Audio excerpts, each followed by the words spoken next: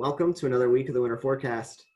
We unfortunately had a little bit of a hiatus last week just because we were just too damn full of turkey, and it messed with some of our tech that we were working with. But what all that really matters is that I'm gaining on Andy when it comes to our standing. So the comeback's alive. Twitter, you're not doing very well, but maybe you'll catch up. Listen, I mean, you're not the experts here, so don't beat yourselves up about it. Andy, I'm coming for you. No, you're not. Get out of here. I can't. I let you gain on me. I'm not letting it happen again. Mm-hmm. I had to make things interesting. I purposely picked bad, and now here we are. Made it interesting. I can't help but wonder if the reason that we had so many tech issues last week and weren't able to post is because you're scared. I mean, you're scared of me gaining on you. Hey, no, this is not on me. This is not on me. Jumping in here, let's start with the Browns versus the Titans. This is going to be a hell of a game. It's going to be a really good game. Those are two teams that have shown flashes of greatness and flashes of just what is happening. Browns have been on a big winning streak lately. Titans have some big wins lately. Have I been too hard on the Titans? Probably. Maybe. Probably not, because the Colts are still going to take their playoff spot. But Derrick Henry really showed out. I mean, Ryan Tannehill really showed out last game against the Colts. Really unfortunate for me. But, hey, look, they look really good. But I think the Browns have it in this, actually. I think the Browns are really hot. I think that they have the best opportunity here because I think they've shown that they're the better team for longer. I'm going to ride with Baker Mayfield on this. Chubb, Kareem Hunt. I mean, Landry has been going off, completely off. And I'm really excited for the Browns, actually. It's really weird. It's a weird year. Yeah, I feel like a lot of Cleveland fans just don't really know what to do with themselves. They're waiting for the shoe to drop. You know, they're waiting for the butt to come in the season. But you know what, Cleveland? I don't think it's coming. I mean, with the playoff field expanded already, I think it's fair to say the Browns are going to the playoffs. Now, are they winning this game, though? Man.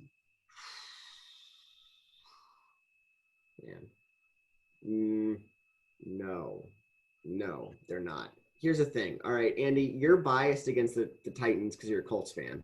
I'm biased against Cleveland because it's the city of Cleveland. Ryan Tannehill is better than Baker Mayfield. And Kevin Stefanski is not nearly as good as Mike Vrabel.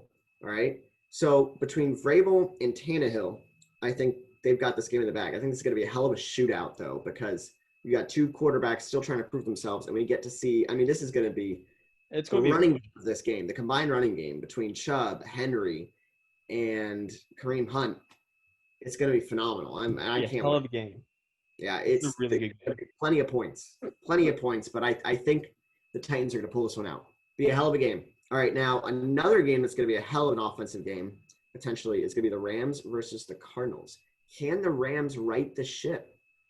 I mean, the Cardinals are also, coming off of a couple games that they'd like to do a little better in. Yeah. This is sudden. I think I have the Rams in this. Did you know that the Rams are, I think, 12-2?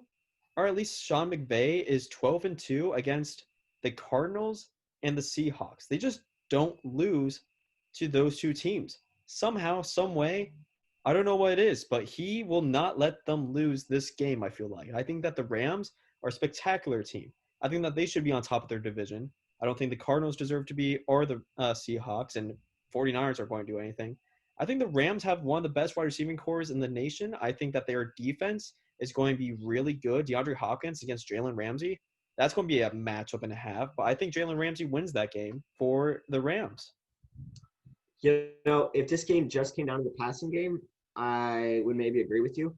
But we saw just last week, Rams can't stop the run. And one thing that you have to respect in Arizona is their running game between Kyler Murray, Kenyon Drake, and the rest of that backfield. If you can't make them one-dimensional, then the Rams especially aren't going to be able to stop them. And although, yes, Sean McVay has had success in Arizona, Cliff Kingsbury is just getting started. And, one a matchup here that I think so many people aren't talking about, as they should be, is that this is really a matchup between the two best young and up-and-coming head coaches in the NFL. You've got You've got Sean McVay, who has been referred to as, this genius. And you have Cliff Kingsbury, who is the most attractive coach in the NFL and is also just so unorthodox and so creative in his play calling on offense. This will be a hell of a matchup. And I think the Cardinals are going to come out on this one. All right. Now, Washington versus Steelers. Oh, Steelers. All the way. Washington. Yep. Oh, no. Yep. No, listen. Max, you're making it too easy for me. Oh. You're making it too easy for me. How? I'm not even going to who's been making it too easy? The Steelers' opponents the last few weeks. And you know who is sneakily getting better and better every week is this Washington football team. And believe me, I don't like saying it, right? As an Eagles fan, I don't like saying that Washington's good. But first off, they're going to win the division. They are the most well-rounded team in the division. But that aside, because that's like being the hottest kid in the chess club. No one cares if you're the best in the NFC East. The Washington football team is solid, and they have a solid offense. Alex Smith is not going to blow your mind, but he gets the job done. He's a great game manager, and Antonio Gibson's only getting better. This team is figuring out what works for them. They're figuring out their strengths better and better every week.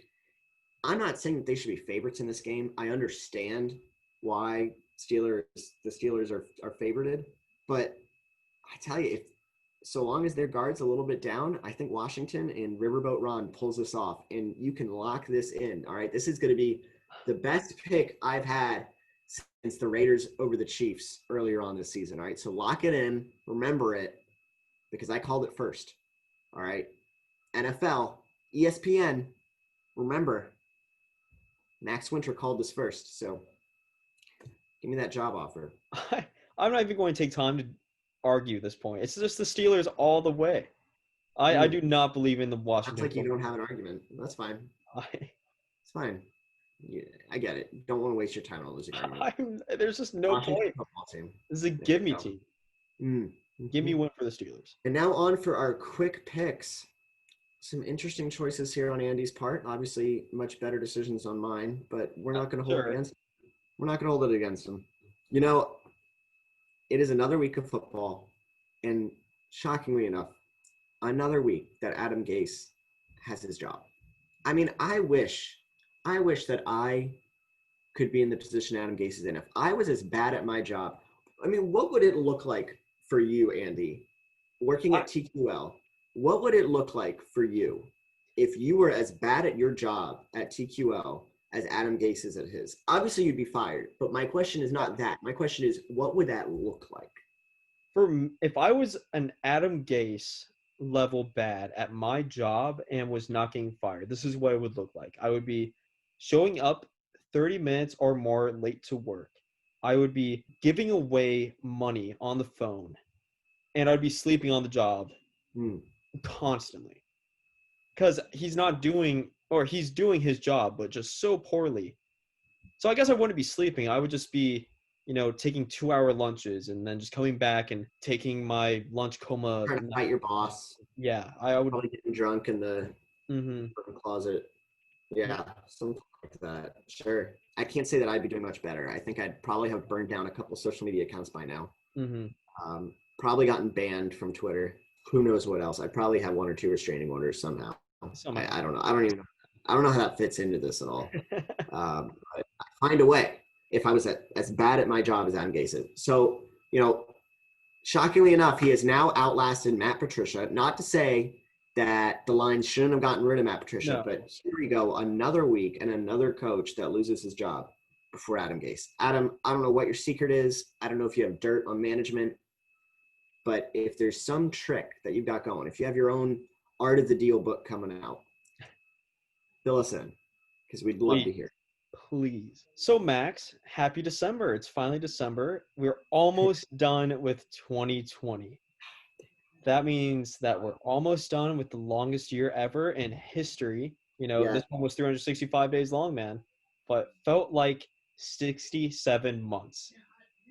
Dude, it's been a year. It's been a year, but at this time of the year, people look forward to very many things: the holidays, family, all this great food coming out. I feel like there's exciting. And then also, But the thing I actually look forward to and think way too much during the year is Spotify Wrapped. Spotify Wrapped Okay. finally came out, and I am always looking forward to this. I actually get really excited to see I try getting my numbers up. I try seeing like, oh, I don't want people to know that I listen to Lady Gaga constantly. I want people to think I'm really cool and listen only to Mac Miller and stuff. So Uh, do you like prepare for your Spotify Wrapped? Like, I do you? actually do. Like I'm No, being you. very genuine here. I will listen to very specific people that I love, and I can't get enough. But I'm going to be upset. So my top artist constantly for the past 3 or 4 years has been Mac Miller.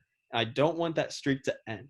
Okay. So this is actually my top 20, my top 5 artists, and I want to know what yours were.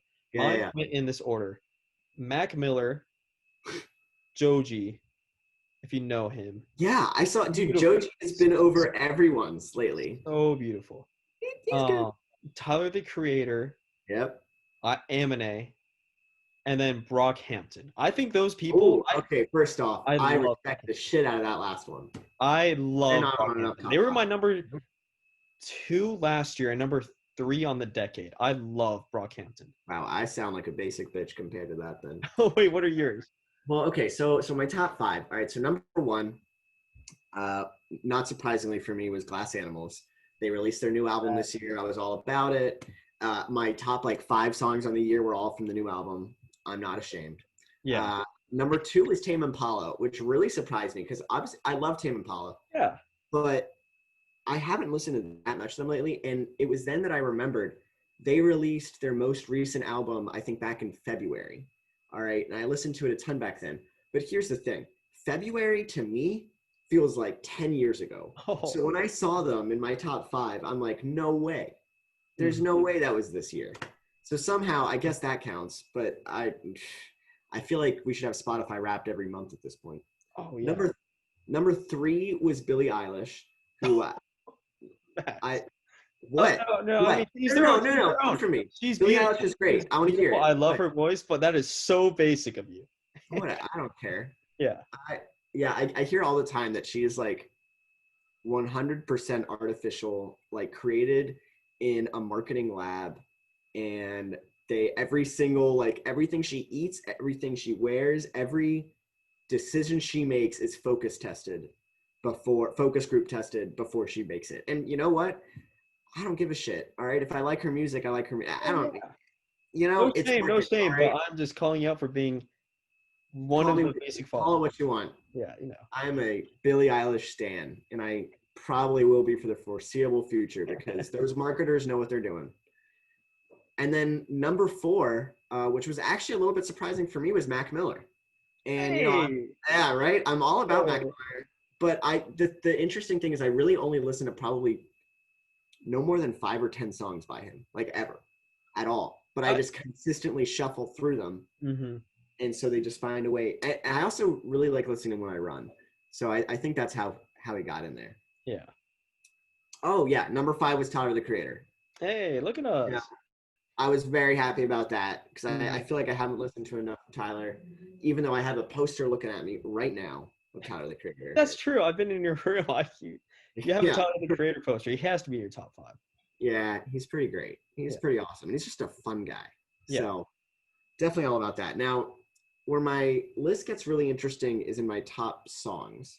So unsurprisingly, the number 1 song for me was something off of Glass Animals' new album. But number 2 was WAP. All right. Now here's why. All right. No, listen. Okay. It came out and I was working. Obviously, it was on a weekday and I was working and I was listening to music as I worked. And I was like, all right, I'll listen to this new song, like whatever. And I was like, all right, like there's some hoes in this house. Like, all right, okay, I'm all about it. And sure, like whatever. And then I just kept working and I got really sucked into this project. Okay. And I just kind of zoned out and I didn't realize it was on repeat. And about an hour and a half later, it's still going. That doesn't. Max, I don't think I distanced myself. So disappointed in you. Disappointed in you. I don't think that story distanced myself from the song at all. No, it didn't. It just showed that you just had it on repeat for some reason before that. I don't know what to tell you. I'm Yeah, not that proud. there are no words. There are no words. There's some hoes and stuff. Listen, it's a bop. I don't care. It is a bop. I can't disagree with you. But Very it's your creative. number 2 song of the year. That's Yeah, and it came out like what, 2 months ago? yeah, it legitimately feels like it. Well, what were your top 5 songs? Did you have any surprises? No, my my top 5 were "That's on Me" by Mac Miller, "Cinderella" by Mac Miller, "Wings" by Mac Miller, "You Say" by Tyler the Creator and Goldlink, and then "Congratulations" by Mac Miller. So I'm not surprised whatsoever. I mean, I love those songs. Those 4 Mac Miller songs, besides "That's on Me" that just came out this year, have been in constant rotation at my top 5. I Mm. am obsessed with those songs. Those songs. What's the weirdest Spotify Wrapped result you've seen from someone else? Have you seen anything wild? I saw a guy that got throat singing as his number 1 music genre. It's impressive. I mean, how cool is that? In your top Spotify, you're not even using Spotify at that point, surely, right? I mean, that's good on him if you really like. I hope so. It's quite the art. It's really crazy. I watch those YouTube videos. Someone posted a Louis Capaldi number 1 overall. And like all 5 other songs were Louis Capaldi. If you don't know who that is, I'm not sure if you do. He is like the male version of Adele, but just except all about heartbreak and just being sad. And I literally reached Drake? out to. I'm sorry. Drake? No, not Drake. Louis Capaldi. Stop. Louis Capaldi. You And I'm reached like, out to him to see if he was all right. yeah, he's a good friend of mine, so I had to. But it was just like, oh, geez, okay. It was that time of year for you. I get it. Yeah, honestly, yeah, that's a good point. You can really learn a lot about someone from Mm. these It's like they go into their playlist or their most played podcasts, Yeah. and you get like, how to deal with heartbreak or getting over addiction, or Mhm. like, like you see these lists and you're like, I'm learning more about you than I thought I would. Yeah, absolutely. Another thing that I was really proud about with my Spotify Wrapped is that my sister released her first album this year, I and saw so that. I had the pleasure of listening to one of her first single, Mantras by Ellen Winter. That's the plug. And I listened to it before it hit 50,000 listens. So Spotify gave me a little congratulatory thing, and so now I'm a hipster. So Yeah, that's great. there you go. I mean, that's a win for 2020 for me. And the album is a win already because it's a great album. Ellen, you killed it. Shout out Ellen. Every Feeling I've Ever Felt by Ellen Winter. Hmm. Wink. Andy, an important question for you. Hmm. This is the question. This is the question. Are you ready? It's the question.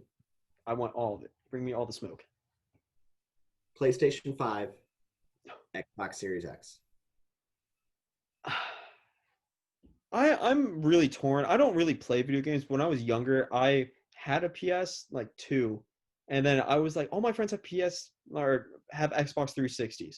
So I made the switch, and I've been running with the Xbox ever since. But most recently, I've been making the switch back to PS like 4 or 5, whatever it is now. I think it looks really cool. I think it's better. It has better games. I mean, whenever I'm going over somewhere, I'm not too opposed to the PS5 being better than the Xbox Series X. I'd sue me. And there's a reason why the PS5 is a way bigger meme than the Xbox Series X. It's because it's better. It has more, things to What do you mean a mean? What do you mean by mean? memes. Oh, Yeah. does it have that? So is that something you consider when you're looking at one game console to the next? Are you thinking what's going to have the better meme capability here? No, but it just shows popularity. It shows who is actually everyone's begging their significant other to get them a PS5. It seems like on everything. I mean, I know it's a lot of a joke, but I mean, how much of a joke can it actually be? There's going to be one significant other out there, at least one, if not a million, that gets their significant other one of those gaming consoles. And I'm pretty sure it's going to be the PS5. Yeah, I think, I'm an Xbox guy, just by trade. But the DualShock controller, is that what it's called? The haptic feedback on the controllers for PlayStation, it's pretty damn cool. It looks pretty cool. I am more excited about the titles for Xbox, and I'm just committed to Microsoft at this point. What's his name? Bill Gates, has a slice of my soul, and Yeah. I understand. I mean, that's Mhm. just that is what it is at this point. Yeah. So I am partial to Xbox, but when it comes to every time there's a new generation of consoles, I see this fight, I see this clash, and I see all these people clamoring over pre-ordering these consoles and having to deal with them being out of stock. My question is, what is the freaking rush? I mean, Right? the first batch of these are going to be trash anyways. Yeah. Trash, and there's going to be a $100 markdown in a year anyways. I don't understand. I don't understand why people are trying to get the PlayStation 5 right now. One, the best games are yet to be out yet anyways. They haven't figured out how to best use the system. There's always a point of maturation beyond when the consoles first come out. Yeah. So wait a year, it'll be cheaper, and you'll have more fun. Like, I get when maybe you're in high school and you want to be the kid that gets the new system first, but Yeah. There's no point. if you're spending your paycheck on this, why? Like, it just doesn't. More power So to you. if someone can explain that to me, that would be great, because it makes no freaking sense. Yeah. Similarly to your picks, they never make Oh, any. stop. I'm just saying. Get out of here. Get out of here. I was in the lead for the whole year, the whole Wow. season. Oh. And then you get this close and you just talk all that talk. Oh yeah, no, I'm only just now talking shit. You're right. I've been so humble up till now. Well, that's all we have for the winter forecast this week. Thanks for bearing with us, because Max couldn't make last week happen. Throwing that on him. But I'm really glad I could convince him this week to be here for all of our wonderful viewers. I hope you enjoyed this episode, and we look There forward is to evidence next week. the picks were made. There is evidence they will be leaked, and I did better than Andy last week. No. He wanted them wiped from the record. No. Let it be known. Bye. Let it be known. Bye. I will not be silenced. Bye.